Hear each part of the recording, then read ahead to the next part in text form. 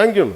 నేను చెప్తున్నా అంటే నేను చెప్పేది అరే దాటి మాట్లాడదాం, కులాలు మతాలు దాటి వెళ్దాం, ఒకే అర్థం చేసుకుంటాం, మాట్లాడతాం, ప్రతి సమస్యను మాట్లాడతాం అంటే కూర్చోబెట్టి ఇంకా తగ్గి నాకు విసుగు వచ్చేస్తుంది. ఇంకా నాకు ఓట్లు ఉంటే ఉంటాయి, పోతే పోతాయి. కానీ ఇలాంటి పనికిమాలిన విశ్లేషణలు, పనికిమాలిన ఈ విమర్శలు పెట్టుకుంటే మటుకు చాలా బలంగా సమాధానం ఇస్తాను. ఇది ఫస్ట్ టైము, భవిష్యత్తు అందరి చేత ఇప్పిస్తాను, గుర్తుపెట్టుకోండి. మీ నోళ్ళు మూతపడే వరకు, ఇంకొకసారి నా గురించి మాట్లాడాలంటే మీ నోళ్ళు మూతపడే వరకు అందరి చేత మాట్లాడిస్తాను, గుర్తుపెట్టుకోండి. ఇంకా సభ్యత సంస్కారం కాదు అని చెప్పి నేను మాట్లాడలే. ఇంకా మీరు స్థాయి దాటేశారు. మీరు ఎవడన్నా సరే మీరు మీ వాదనే చెప్తాను, మీ కుల వాదనే చెప్తాను కాపు నాయకులందరికీ. మిగతా కులాల్లో చూసారా ఎక్కడన్నా? జగన్ గారి సామాజిక వర్గంలో చూసారా వాళ్ళ కులం నుంచి కూర్చున్న నాయకులు మాట్లాడారు ఎప్పుడన్నా? నువ్వు ఓడిపోతే నీ పేర్లు మార్చుకుంటాను ఎవరన్నా మాట్లాడారు? అట్లా ఎవరు మాట్లాడారు? మాట్లాడతారు. చంద్రబాబు గారి గురించి మాట్లాడారు, నువ్వేం చేసావు కమ్మవారికి అని మాట్లాడతారా? మాట్లాడరు. మీరు మాట్లాడతారు. అసలు మీరు ఒకసారి లోపల ఆలోచిస్తారా? ఈరోజు మీ అందరికీ చెప్తా ఉన్నా, నా చుట్టుపక్కల చాలామంది నాయకులు ఉండేవాళ్ళు.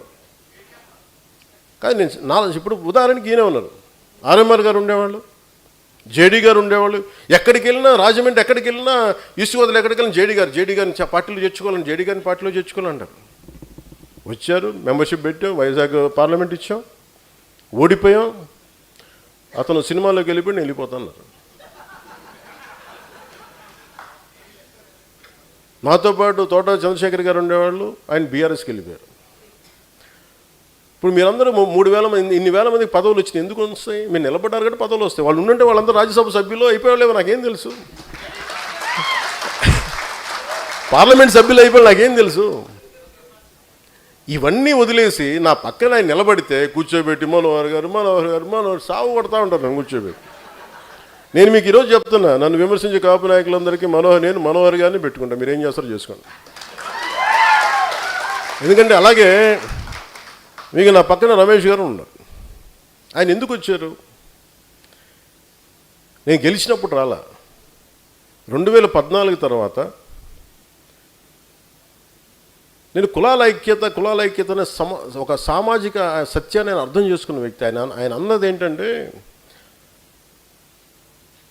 మేము విజయవాడలో మేము గొడవలు చూసాం సార్, కులాల మధ్య వ్యాపారం అన్ని అంటే మానవ సంబంధాలు దెబ్బతింటాయి. నాకు మీ భావం నచ్చింది నాకు, అందుకని నేను మీకు అండగా నేను ఉంటాను సార్. నేను పాపం ఆయన నా పక్కన ఉన్నప్పుడు నేను ఎప్పుడు టీడీపీ సపోర్ట్ చేసిన, టీడీపీతో గొడవ పెట్టుకుని ఆయన పక్కనకి వస్తే అందరూ ఆయన కూర్చోబెట్టి ఆయన సామాజిక వర్గంతో తిట్టి ఈరోజు కూర్చోబెట్టి మాట్లాడితే పాపం నేను వచ్చినప్పుడు ఆయన నాతో పాటు ఉన్నప్పుడు నేను టీడీపీకి వ్యతిరేకంగా, టీడీపీకి ప్రో లేను 2019లో. ఆయన 14-15 తర్వాత నేనంటే ఇష్టం ఆయనకి వ్యక్తిగతంగా. ఎందుకంటే ఆయనకి నేను హీరోగా ఇష్టం, ఆయనకి నా సినిమాలకైనా అభిమాని, నాకు అభిమాని, పొలిటికల్గా నా భావజాలని కూడా ఆయన అభిమాని. ఆయన కూర్చున్నప్పుడు నిజంగా కనుక ఆయన వీళ్ళు ఈ కాపు నాయకులు చెప్పినట్టుగా ప్రభావితం చేస్తుంటే నేను 2019లో కూర్చోబెట్టి టీడీపీతో ఎందుకు కూడా పెట్టుకుంటాను? అంత మాత్రం కామన్ సెన్స్ మీకు లేదా కాపు నాయకులందరికీ, మాట్లాడే వాళ్ళందరికీ? ఇంకా మీరు ఎక్కడో చోట నేను చెప్తున్నాను, మీరందరికీ ఇలాంటి కులాల గురించి మాట్లాడినప్పుడు మీరందరూ సాధకులందరూ ఏకబిగిన మీరు మాట్లాడు, సామాజిక మాధ్యమాల్లో మాట్లాడండి. నేను ఇప్పుడు మీకు చెప్తున్నాను, మాట్లాడండి బలంగా. జనసేన తాలూకు మూల లక్షణం పోరాటం చేయడం, అన్యాయం మీద, ఒక అభాండం మీద పోరాటం చేయటం. మీరు మెత్తబడిపోయి కూర్చోబెట్టి అలాగ మెల్లిగా అని కూర్చోబెట్టి బండ గణేష్లా ఉండకండి. మీరు అందరూ గట్టిగా ఉన్నాను, అభిప్రాయం చెప్పండి బలంగా. ఎందుకంటే చెప్తున్నాను, నేను కొన్ని నిర్ణయాలు తీసుకుంటాను, నా దేశ సంక్షేమం కోసం తీసుకుంటాను, మన దేశ సంక్షేమం కోసం, లేదంటే మన రాష్ట్రం కోసం తీసుకుంటాను, మనందరి భవిష్యత్తు కోసం తీసుకుంటాను. నేను మళ్ళీ చెప్తున్నాను, మీరందరూ కులాల చట్టాల్లో కూరుకుపోకండి.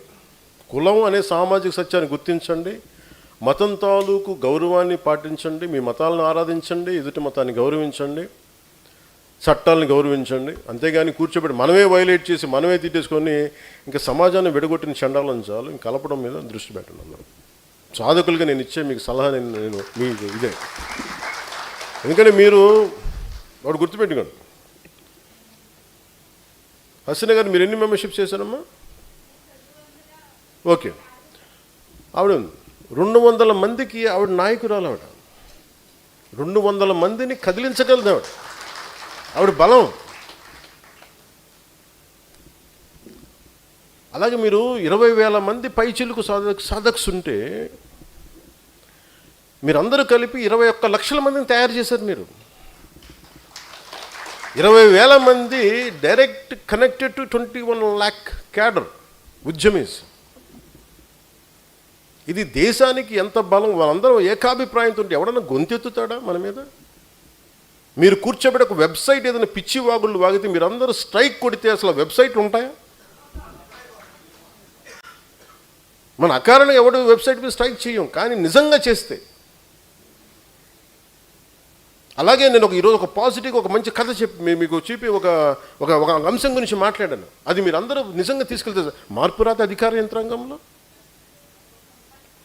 నేను ఆ బలాన్ని 12 సంవత్సరాల తర్వాత ఈరోజు మీరు ఏం చేయాలని నేను ఆదేశిస్తున్నాను. మీకు 15 సంవత్సరాల తర్వాత నేను ఆదేశిస్తున్నాను. నిన్న కూడా సభలో చెప్పాను, నేను సేనాని మీరు చెప్పారు నాకు. నేను జన చైతన్యం లేకపోతే జనవాహిని ఇలాంటి పేరు, జనసేన అని పేరు పెట్టాను, గుర్తుపెట్టుకోండి. సేన మీరు